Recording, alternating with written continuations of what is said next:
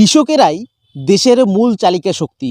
চাকরি জীবনে যত বড়ই পদে অধিষ্ঠিত থাকুন না কেন অথবা বিরাট মাপের প্রতিষ্ঠিত ব্যবসায়ী হন না কেন, প্রত্যেককেই বেঁচে থাকার জন্য খাদ্য জোগাড় করতে হয়।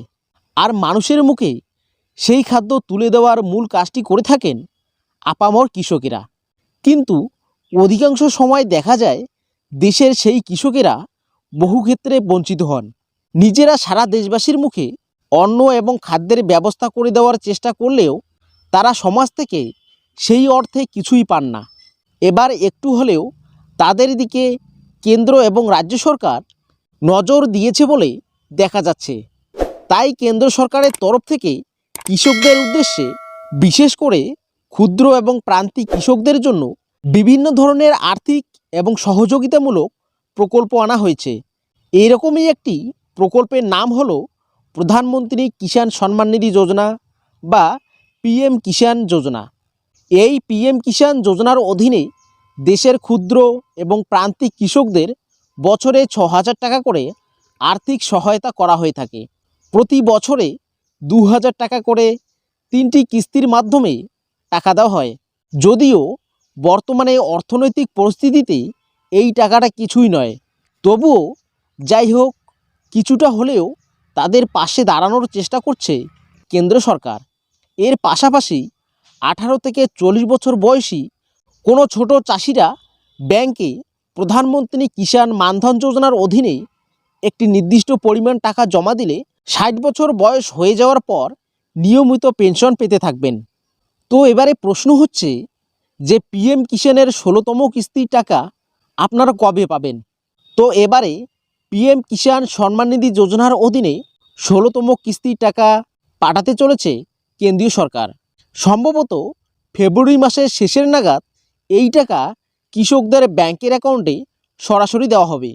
তবে সেক্ষেত্রে নির্দিষ্ট কৃষকদের অ্যাকাউন্টে কেওয়াইসি করতে হবে। কেওয়াইসি করা না থাকলে ১৬তম কিস্তির টাকা আপনারা অ্যাকাউন্টে পাবেন না। এক্ষেত্রে যদি আপনার কেওয়াইসি করা না থাকে তাহলে নিকটবর্তী সিএসসি সেন্টার বা এনআইসি সেন্টারে গিয়ে আপনারা কেওয়াইসি করে নিতে পারবেন।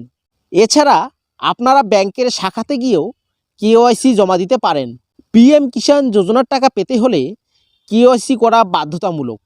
আপনি যদি পিএম কিষাণ সম্মান নিধি যোজনায় তালিকাভুক্ত থাকেন, সেক্ষেত্রে আপনি ১৬তম কিস্তির টাকা পাবেন কি না সেটিকে দেখার জন্য আপনি স্ট্যাটাস চেক করে নিতে পারেন। তো পিএম কিষাণের স্ট্যাটাস চেক করার জন্য আপনি আপনার মোবাইলের গুগল কিংবা ক্রোম ব্রাউজারটি ওপেন করে নেবেন এবং সেখানে সার্চ বারে লিখবেন pmkishan.gov.in। এটি লিখে আপনি সার্চ দিয়ে দিবেন। তো সার্চ দেওয়ার সাথে সাথেই প্রথমে যে অফিসিয়াল ওয়েবসাইটটি আপনারা দেখতে পাচ্ছেন এখানে ক্লিক করবেন। এরপরেই বেনিফিশিয়ারি লিস্ট এই অপশনে আপনারা ক্লিক করবেন। এরপরে এখানে আপনারা প্রথমে রাজ্য, তারপরে জেলা, তারপরে ব্লক এবং নিজের গ্রামের নাম সিলেক্ট করে নেবেন। সিলেক্ট করে ক্লিক করলেই এখানে আপনারা সম্পূর্ণ তালিকা দেখতে পারবেন। সেখান থেকেই আপনার নাম উপভোক্তার তালিকা রয়েছে কিনা সেটা আপনারা খুব সহজেই দেখে নিতে পারবেন। এবার প্রশ্ন হচ্ছে পিএম কিষাণ মানধন যোজনায় আপনারা কারা কারা আবেদন করতে পারবেন? তো পিএম কিষাণ মানধন যোজনায় এখানে ক্ষুদ্র থেকে প্রান্তিক কৃষকরাই পিএম কিষাণ মানধন যোজনায় অ্যাকাউন্ট খুলতে পারবেন। এই অ্যাকাউন্ট খোলার জন্য আপনার ১৮ থেকে ৪০ বছর বয়স হতে হবে এবং এখানে আপনারা প্রতি মাসে ৫৫ টাকা থেকে শুরু করে ২০০ টাকা পর্যন্ত নিজের ক্ষমতা অনুযায়ী অ্যাকাউন্টে আপনারা জমা দিতে পারবেন এবং কেন্দ্রীয় সরকার এই প্রকল্পে সেই কৃষকদের সমান অর্থ ওই অ্যাকাউন্টে জমা দেবে। এরপরেই ৬০ বছর বয়স হয়ে যাওয়ার পর ওই নির্দিষ্ট কৃষক প্রতি মাসে ৩,০০০ টাকা করে পেনশন পেতে থাকবেন। তো বন্ধুরা, আশা করি আপনারা বুঝতে পারলেন যে পিএম কিষাণের ১৬তম কিস্তি কবে নাগাদ দেওয়া হবে এবং আপনারা পিএম কিষাণ মানধন যোজনায় কারা কারা আবেদন করতে পারবেন। তো আজকের ভিডিওটি এই পর্যন্তই।